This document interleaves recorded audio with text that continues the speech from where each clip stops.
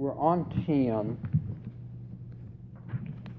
They go through the protocols for the rest of the chapter. They talk briefly about client, server, and peer-to-peer. So let's go back and talk about those for a couple of minutes, and we're going to be through pretty quickly today. Because really everything that we've got in the chapter still, we've talked about over the course. And then chapter 11, we'll go through and talk on some on that on Wednesday. And then next week, let's just plan on doing the cable there and there, and we'll probably finish up early. Okay? And then y'all still got time to get your tests in and your assignments in still. So I'm not moving up deadlines or anything, okay? I'll open stuff on up. Actually, I guess 10 is open this week because we're supposed to be on 10 this week. So they mention again about the client server and peer-to-peer models and applications. So they throw you those two terms. But first, before I forget on it, 11 to 1 o'clock, we're supposed to have food here today. The Tucson food truck's supposed to be here. So y'all can get lunch here at school.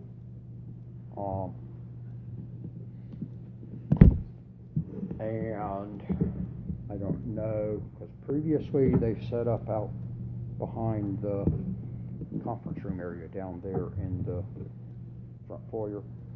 You went through there and you could eat in that conference room area there. So it should be there. Okay? With the truck out back, because it's one of those food trucks. And I think they had burgers, if I remember right. Do you remember on them? That they had several styles of burgers or something. It seemed like. Yeah, there's like a burger and like a sandwich or something. And a what? Some type of sandwich or something. Okay. Because I can't remember on them. I know they have done the school before. I know I've eaten on theirs and it was good food. But I can't remember on these different ones. And I don't remember if it was here or if it was at the Walker campus or whatever. Because we've had Chick-fil-A's done it sometimes. We've had, I know over at the Walker campus, we've had a grilled cheese truck come in that did several kinds of grilled cheeses. And then some others. That it's this spring fling week, and I think that's about all they've got planned this week, this time. Where prior times that we've changed people over student activities.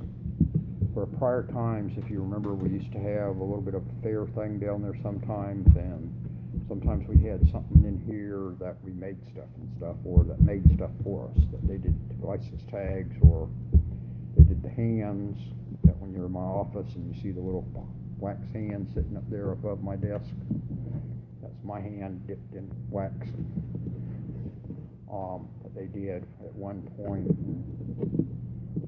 some other different things, and the drawings stuff, where I've got the caricature drawing of me in the office also that they've had in the past, but nothing's been said about doing any of that this time, so apparently they didn't set up with that.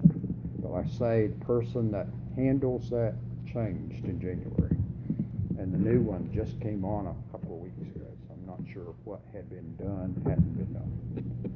So that could be where this one's week or two. But it comes out of y'all's student activity fee that y'all pay. So you've paid for it. So if you've got the time, then I'd say go down there and get yourself the burger or whatever, okay? And I think Two Sons, I'm with him, I think Two Sons was burgers, okay? And I don't remember if they had some more stuff, because Fuddruckers has done it too in the past, and so on, and Moe's and some others, okay? So, but it's just one of those food trucks coming in and doing, but it's free. All right, questions on that? Or what we got left for the rest of the semester? So remember, your last test is due, Chapter 11 is due on May the 3rd, which is 2 weeks from this coming Friday. Does that sound right? Yeah. And that your final exam will be available that weekend, May the 4th through that Monday, May the 6th. And that Wednesday, we will not have class on May the 1st, because I will be, I think that's when I'm at Amazon. Okay? Pretty sure it is. Either that Wednesday or Thursday I'm at Amazon. So, client-server model, they mentioned that one, and that's where you've got a server that keeps the information centrally for you, and you've got all the clients that attach to it to get it. That could be a variety of information that's kept there on the server. It could be a security server model, where your security information is all kept in one central place, which is a lot of times used as your example of client server. It could be just where you've got a central location to keeping files and programs instead of having them all on individual machines. Could be combinations of that. Does everybody follow on that one? I have had places that did, in a client server approach, that they did their security off of in the client server, which is what the school's doing, or they just did where they put common files that they all used in the organization stored out there on the server, so that they were always using the latest one on it, or programs that would be used by a number of people in the organization instead of installing it on every machine, that you ran it off of the server. Peer-to-peer says that each machine is responsible for all of their information. Okay? And in a peer-to-peer network, each machine handles its own security, and you'd have your files all kept on the local machines. However, you could share with other machines.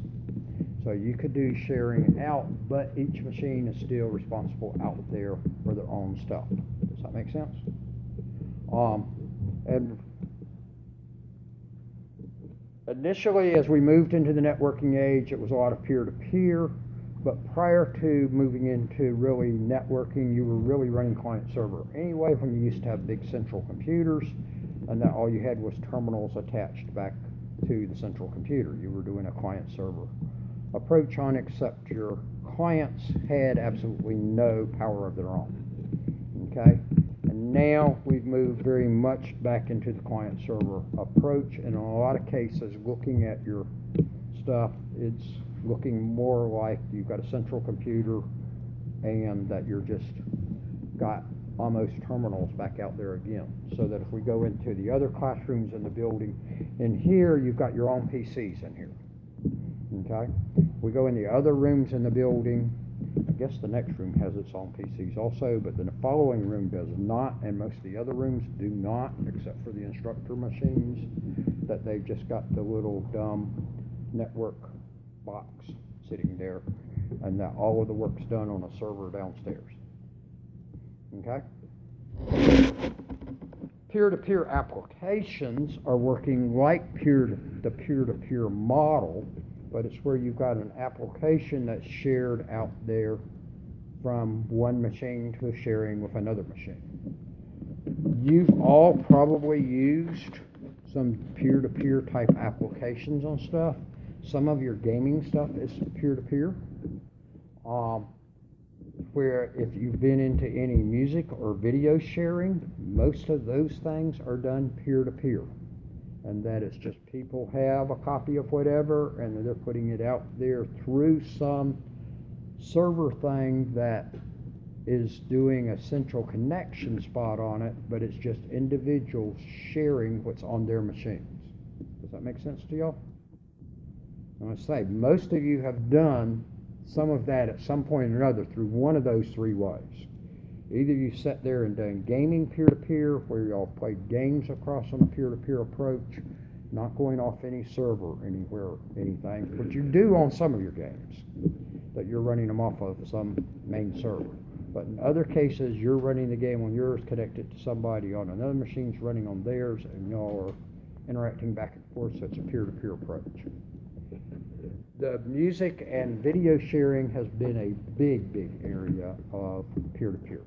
And that's been the whole big controversial area on it along the way. So they talk about that very briefly on there. They mention on it of some common ones that they say that they have right there. The two that y'all are probably most likely to have heard on is that where they got the BitTorrent, and that's where you can actually get the different applications and everything else out there and just get them from. It's one spot that's keeping a reference to all the others, but you're not keeping all of that stuff on that central spot. It's being stored out on the local machines. Now, your problem with that is you don't know what you're getting, because nobody's responsible for it. Okay? So when you get stuff off of like BitTorrent, you can get some neat things from out there, but you also got to be cautious on it, because you can also get some really bad things handed to you that were supposed to be good things. All right. Bitcoin, they mentioned, also is running that same type approach, and that's actually how a lot of the blockchain is working off of, is that it's really using a peer-to-peer approach on it, and that it's being shared all over the place on it. And then they mention about the Nutella down there, where of the sharing files, and they mentioned several more of those. So I get into what I just told you on that. So they mentioned that there's a bunch of different ones you could use out there on that. Any questions on client server versus peer-to-peer? You've used both of them, okay? You use both of them. And we actually can do, even though the school is a client-server environment, we can have peer-to-peer within the school too. So that when he creates a file on his machine, and that if he wants to make it available to the rest of y'all in the classroom, we don't have to do our sneaker net on it. In this case today, sticking in our USB drive in his machine, copying it on there and going over to our machine. The original term was sneaker net. They were carrying around 5 1/4 inch floppies before the machines were literally wired together. But he can sit there and share, go into properties and share a file and make it available, and then anyone that's on the same network can see it and grab it, okay, and use it. And so then you're doing peer-to-peer in a client-server environment. Does that make sense? So don't think of them as two distinct, separate things. They can be intermeshed. The nice part on doing the security part from a client server, and really if you've got more than 10 machines is the number they normally use. If you've got more than 10 machines in your network, you want to go to a client server approach for your security. Because if you stay with the peer-to-peer, if you go to change passwords for people, you got to go around and change on all of the machines.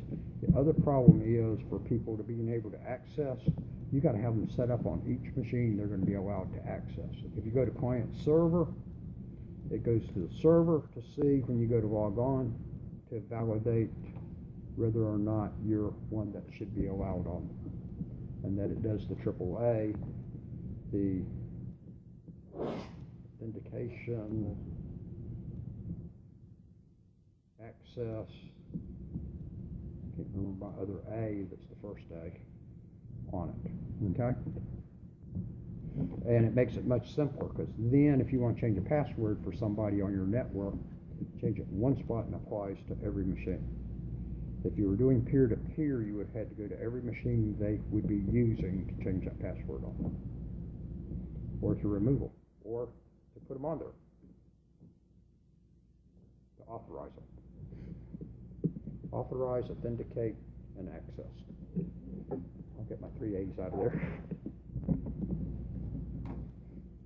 Actually, it's authenticate, authorize. Maybe, can't remember which word those are. No, it'd be authenticate, authorize, access. Because authenticate, make sure they are who they say they are. Authorize of what are they allowed to be able to use, and then access of actually allow them to get to those materials. Does that make sense? And you'll see the AAA term used around a lot. Okay? Just like the CIA one, and don't ask me what those confidentiality, integrity, availability. Thank you. And when I see a question of it on the test, I can figure it out from that, because you can sit there and when you look at your answers on a multiple choice question, you can narrow it back out. Like in that case, I know where it should be going to, so I can figure out what in the world they got on the other one. Does that make sense or not?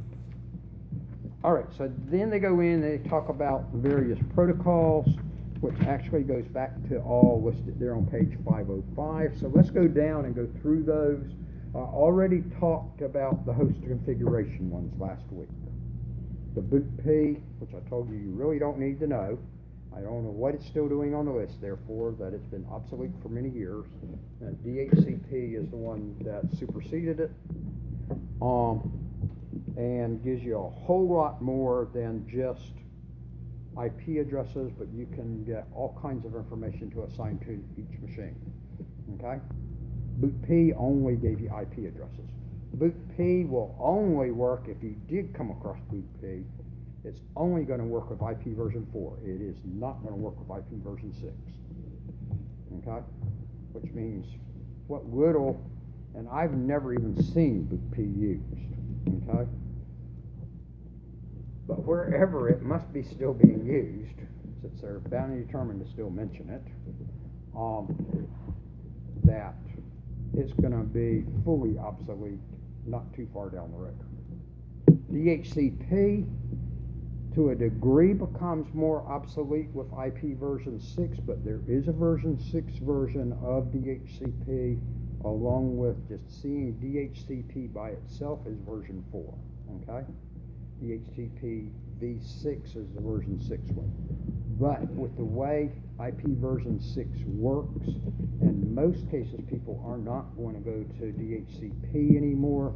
Actually, IP version 6 handles that in there if you're using one of their methods on doing stuff, because it will actually do its addressing off of a MAC address, and so it doesn't have to be given an address. It's got information already. Okay? It needs the network address, which it could get through DHCP or you can get through another method. All right, HTTP and HTTPS.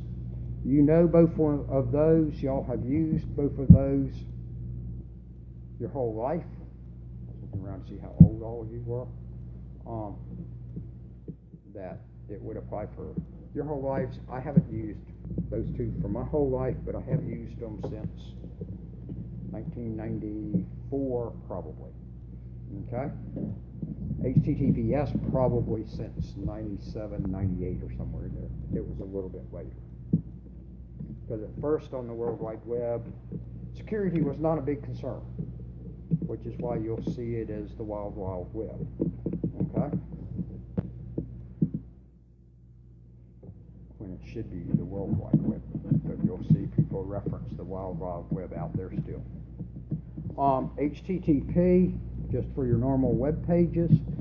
Google would like for all web pages to go to HTTPS now, but there's not really a reason they need to be. If they don't carry information that is shared back and forth, there's no reason they need to be HTTPS. The domain providers charge extra for you to use HTTPS. So I guess Google may be in the game for that somewhere. It does use port 40. It is TCP. And then HTTPS, they're wrong in the book on this one. It says Hypertext Transfer Protocol Secure. It's actually Secure Hypertext Transfer Protocol. The secure word comes before the words, but on the protocol initials, the S comes after. Okay? So that is not correct there. Whoever edited the book or wrote the book was trying to go by the letters, and that's not the case in that one. Now, what that's telling you is, if you use HTTPS, is that the information is being transmitted as an encrypted file. Okay? So the transmission is encrypted. If you're going to put sensitive information on a website, you want to make sure it's using HTTPS. Okay? Because then it sends it across encrypted. Does everybody follow on that? And it's using a public-private key to do that. Okay? Normally, I think using IKE, if I remember right. So it's using the encryption, and that in turn it also authenticates the website it's going to. So the two easiest ways to figure out are you using HTTPS is look up there on the address line, the URL, and see if it starts with HTTPS. Now, some of your browsers don't always show that, so you can't always depend on that. Some of them just show the actual domain name. Or look for the lock on your browser and make sure the lock is locked. Okay? If the lock's locked, you're using HTTPS. So if you're going to put a credit card number in there, you're going to put in your social security number, you want to make sure it's got HTTPS is what it's using. Any questions on those two? But you use them all the time. Just be aware and alert on that one. Okay? And because people do steal information that way, of putting out there of it not being encrypted and them stealing it going across the internet. Okay? And sometimes when it's the phishing sites and such, a lot of times they're not encrypting on it, so there's a giveaway to you that, oops, you're in the wrong place. Okay? I'll note on that one, since we're mentioning some of that, phishing, encryption, etc., I have put an article, I think it's in y'all's page. I put it in several of the pages last night and I haven't had a chance to put it in the rest. I intend to this afternoon, but after class I'll get some lunch downstairs, and then I got one last little step to do of what I said I was going to do this weekend, and that is I've got to put my income tax stuff in envelopes, write checks, and run to the post office. And then I'll work on that other. And I need to go on Discover website and pay my bill. All right, email protocols. They give you 3 of them right there. 2 of them are going to be ones you really use today. 1 of them you're not going to use very likely. It's headed into obsolescence. SMTP you will use and do use. That's used to send your email message. Simple Mail Transfer Protocol. And it uses port 25.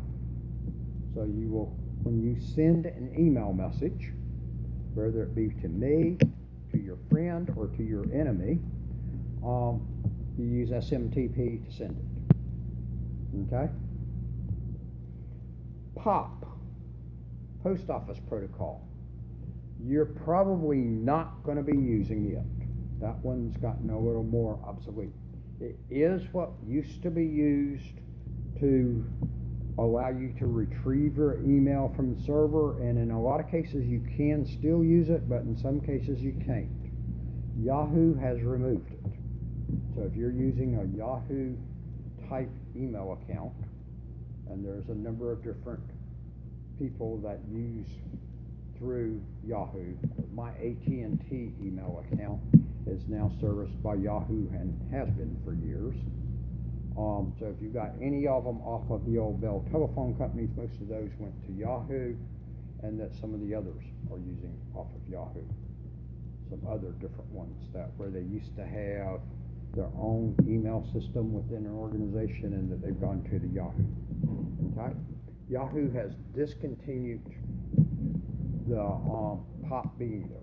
POP allowed you to grab your messages and literally download them onto your machine. I'm trying to figure out how to still do that because I would love to pull my messages from the Yahoo server and copy them and store them on my machine also, like I used to do. That I would occasionally pull them off and stick them on my machine. And then I've got a more permanent copy of those files. Does that make sense? I don't know why they've discontinued it, but if they haven't, I haven't figured out how to get to it, and everything I've read on the internet says it's not there anymore. That doesn't mean it's not there, because we all know that we can't always depend on what we find on the internet. That we can fairly depend on, to a pretty good degree, on depending on where we're looking. So POP is disappearing, and it's actually, it got up through version 3. IMAP, which is Internet Message Access Protocol, came about there around 2000 or soon thereafter. And what IMAP allows you to do, which is what y'all are normally using, is the IMAP allows you to work with your messages sitting on the server. They're not on your local machine. So that when you go to check your email at Yahoo, since I mentioned that one already, but it's probably not what y'all are using, but you may be using a Bell South account or whatever. My AT&T account goes all the way back to 96, which is why I'm going to keep on using it from there. Gmail uses IMAP also. I've got a Gmail account also. However, if you wrote me on my Gmail account, more than likely I wouldn't see your message except for once a week when I actually use it when I send out one church's bulletin each week. And I actually do go out and remove it from out there, although I got a terabyte of storage space or something in my email out there. And their stuff comes in there, but not very often. And sometimes I do tell somebody to send me something via Gmail, because Gmail actually lets me have larger attachments than Yahoo does. So if you need something large to send to me, if we were doing something personal, that if we couldn't get it across on Yahoo, I may well tell you to send it to me on Gmail and give you my Gmail account. But those, all of those out there, Outlook, Hotmail, whatever, are all using IMAP. When you go to work on your messages, you're working with them on the server. You don't have them sitting on your machine, although you're working with them on your machine, but the message is not on your machine. It's actually still on the server. Does that make sense to everybody? With POP, you actually pulled them down to your machine and then worked with them from there on your machine, and you could have left them on the server, but they pulled them all down to your local machine and were stored on your machine. You see the difference between POP and IMAP? Now I say, most of the time, and probably for y'all, that most of what you ever remember ever using about email has always been IMAP, okay? Where if you talk to people that used the email from before the early 2000s, somewhere up through the first few years of 2000s, and before that they were using POP, okay? So for most people out there, they don't even realize that did use POP, don't even realize they used POP. But when you tell them about the difference, they'll go, oh, I remember on that if I went to look at my email on the machine here, then when I got home and went to check my email, that message wasn't there any longer. Now it is, because you pulled it down onto that machine and removed it from the server. So IMAP made it a whole email a whole lot nicer and working good on it. IMAP is going to use port 143. POP uses port 110. I'd be aware on a lot of these port numbers.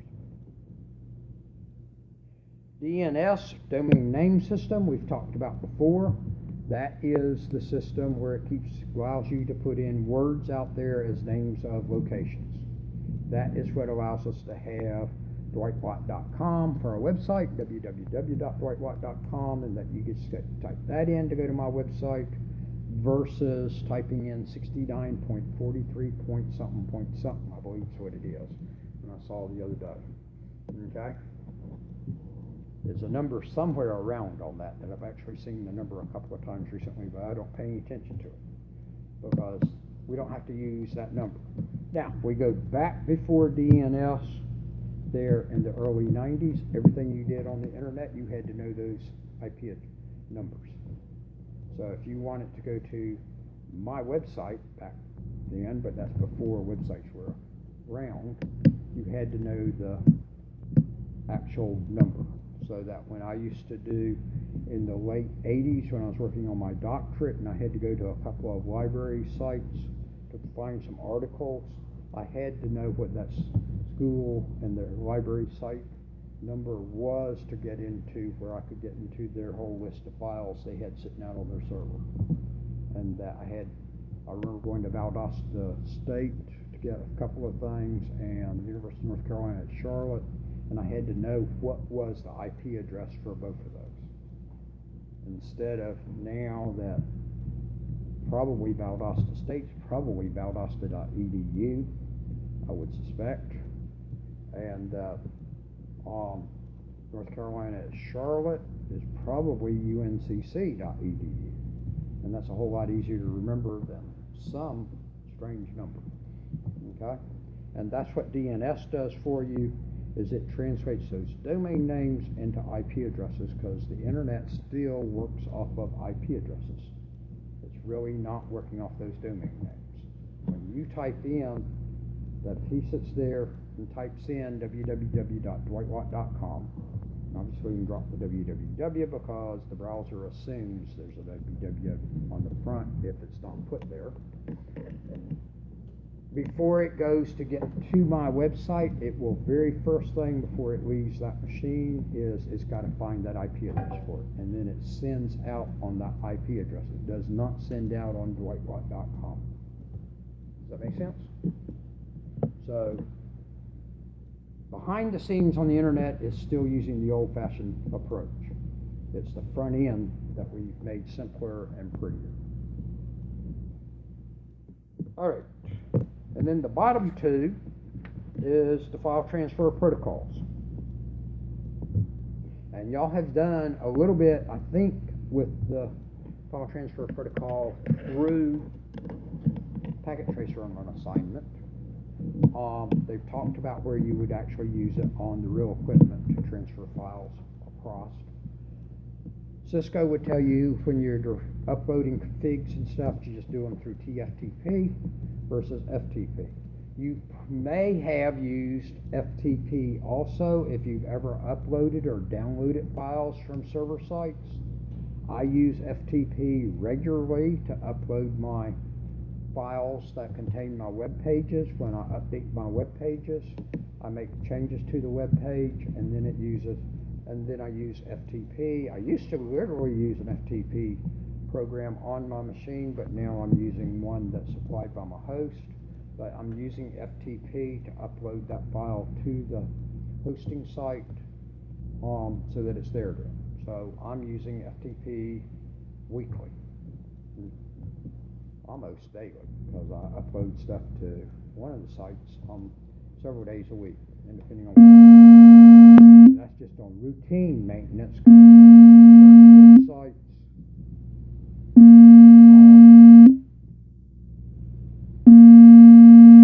It looks like I've got one coming in right now.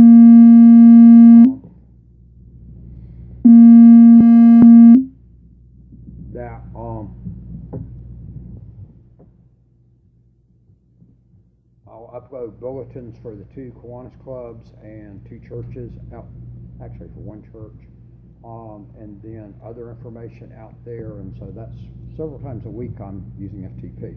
So, and if you go out there to pull down certain games, certain programs, you're most likely going to use FTP to do it. Okay? because FTP allows you to pull and upload files. Now, FTP does it like we talked about in the previous chapter. It's using TCP to do it, so it makes sure it all gets there. Remember on the three-way handshake about the windowing, when we talked about on that, FTP is going to be using that. Okay, where we talked about the windowing that's still drawn on the board. Okay, so you know it all got there, or you know you got all of it being sent to you. Does that make sense? TFTP is Trivial File Transfer Program, Trivial File Transfer Program, and what it does is that it just sends the information across and assumes it gets there. TFTP is going to use UDP. FTP uses TCP because it uses that windowing. Okay? Now, the main place you'll ever see TFTP is Cisco says if you're going to upload to the router that's sitting right there beside you, the config onto it, use TFTP to reduce the overhead. You know whether it got to that machine you're attached to or not when you get through it. And you know it's all getting there. There's nothing disrupting it between here and there. If you were going to send it across the network to upload it to that machine, you'd want to use FTP. Does that make sense? But it will work much faster for you using TFTP. But you're fully trusting. FTP uses TCP and ports 20 and 21. TFTP uses 69. Of those list of ports, that's one I wouldn't worry a whole lot about. That's 69. Okay. But FTP does use 2 ports, notice. And it's using 20 or 21, it actually uses 20 and 21. One of the ports is used for the management signals to go back and forth between the 2 devices, and the other one's for the actual data transfer. You'll follow on that? For almost everything else, every other protocol you're going to look at is going to be using just one, normally just using one port. I set the notice on DHCP, it also uses 2 ports in its process. But remember how it worked with that broadcast and then unicast messages and stuff. So FTP and TFTP, that's the protocols, but they're using, that you've usually got a program there that is the same names that is program instead of protocol. So the FTP program, which is File Transfer Program, uses File Transfer Protocol. So yes, you will see, even though the P stands for protocol or program, you will actually see it double named a lot of times there for you. That you'll see mention about the FTP program. So you're saying program, or the FTP protocol, which is protocol. But you got to make them clear, because there's a case of where some acronyms have 2 different meanings, and it is 2 different ones. All right, questions on that? And actually, I know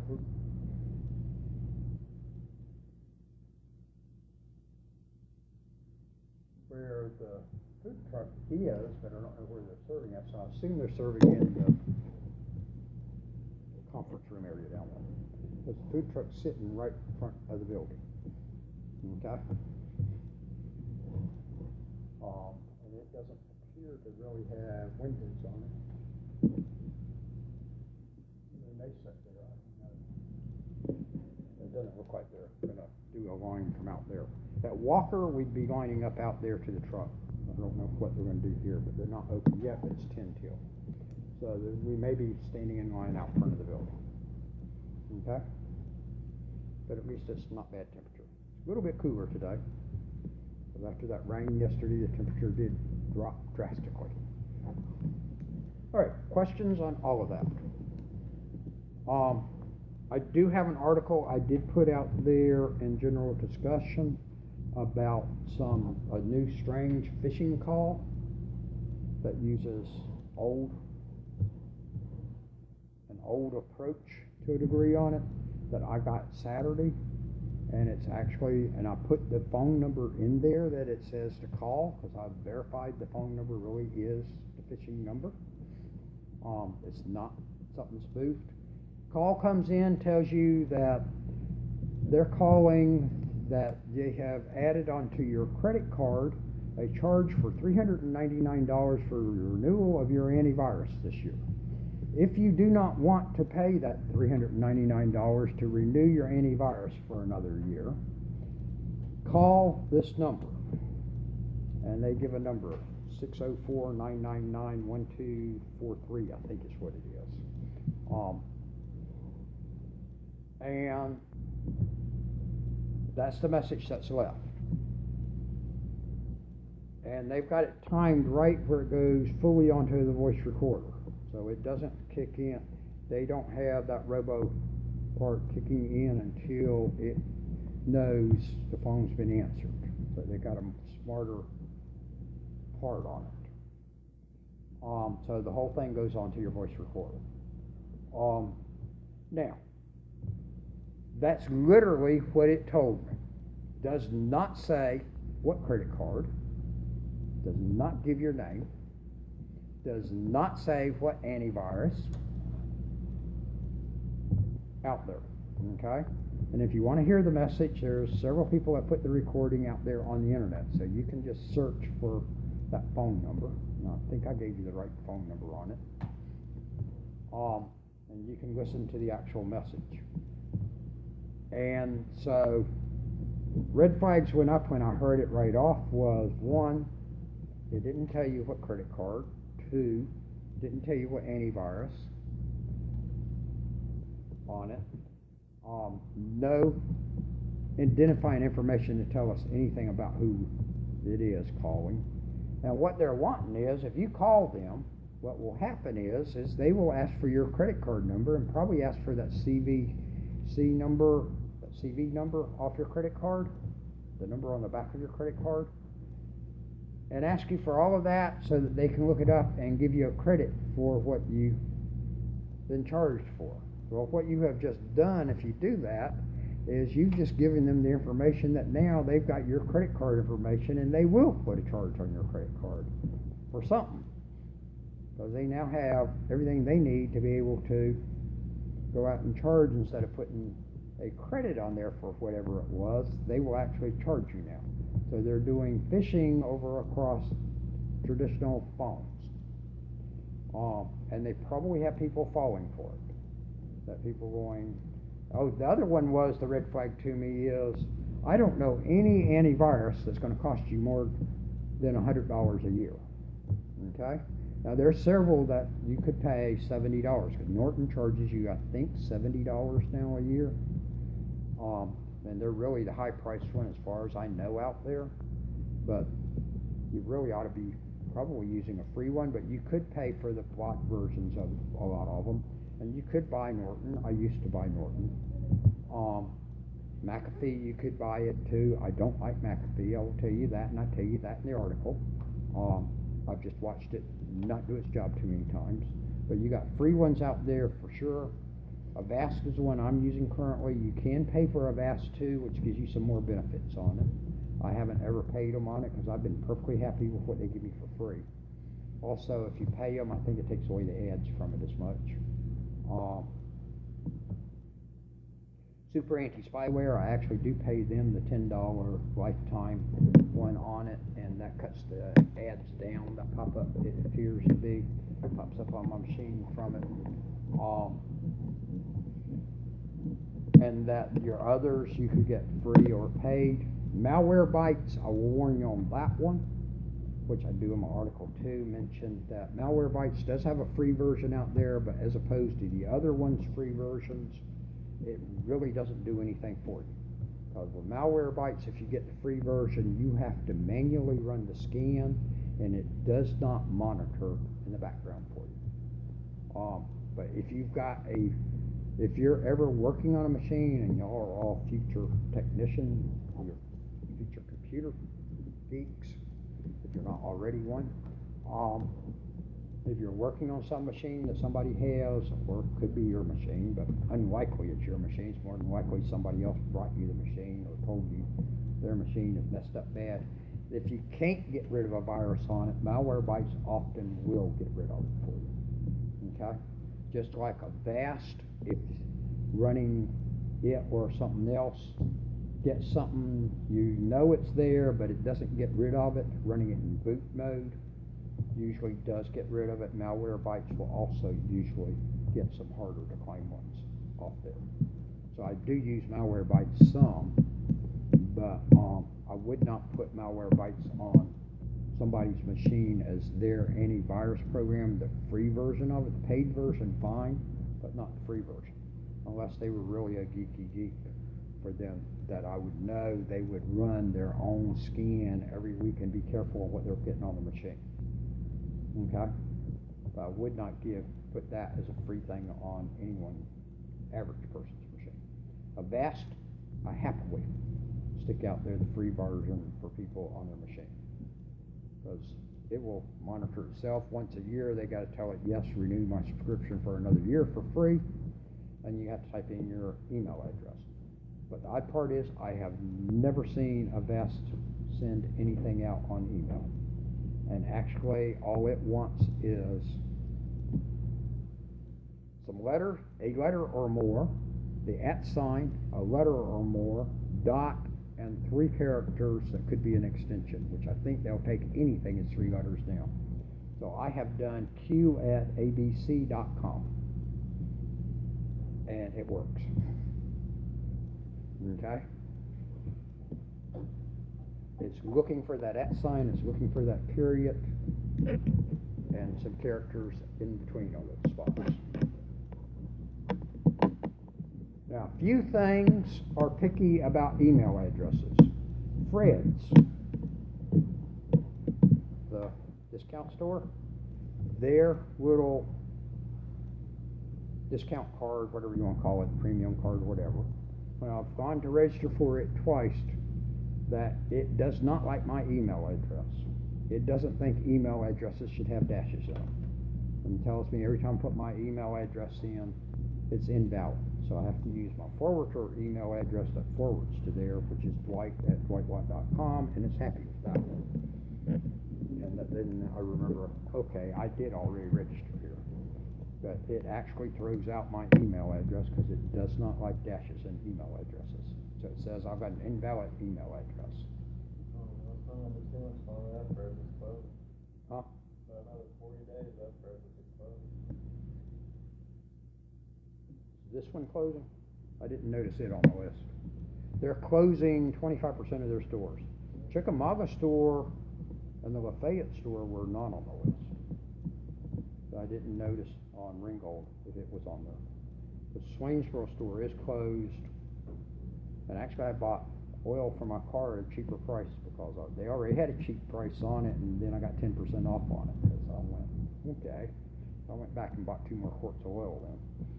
So they cut it down to like $1.70, or it was less than $2 a quart for me for the oil, which is cheap for oil right now. So I went and took advantage of that. And they got rid of their pharmacies a while back, a few months ago. They sold them off to, I thought CVS, but now I found out it actually is sold into Walgreens. But they still claim they still got some pharmacy stuff, and apparently they didn't sell all their pharmacies that they're still trying to sell off. So it's a company that's apparently having troubles now. So, all right, any questions on that? That is chapter 10. So we're still ahead of the game, because 10 is what we're supposed to do all week this week, and it's only 11 o'clock, and we still got 3 hours of class left this week.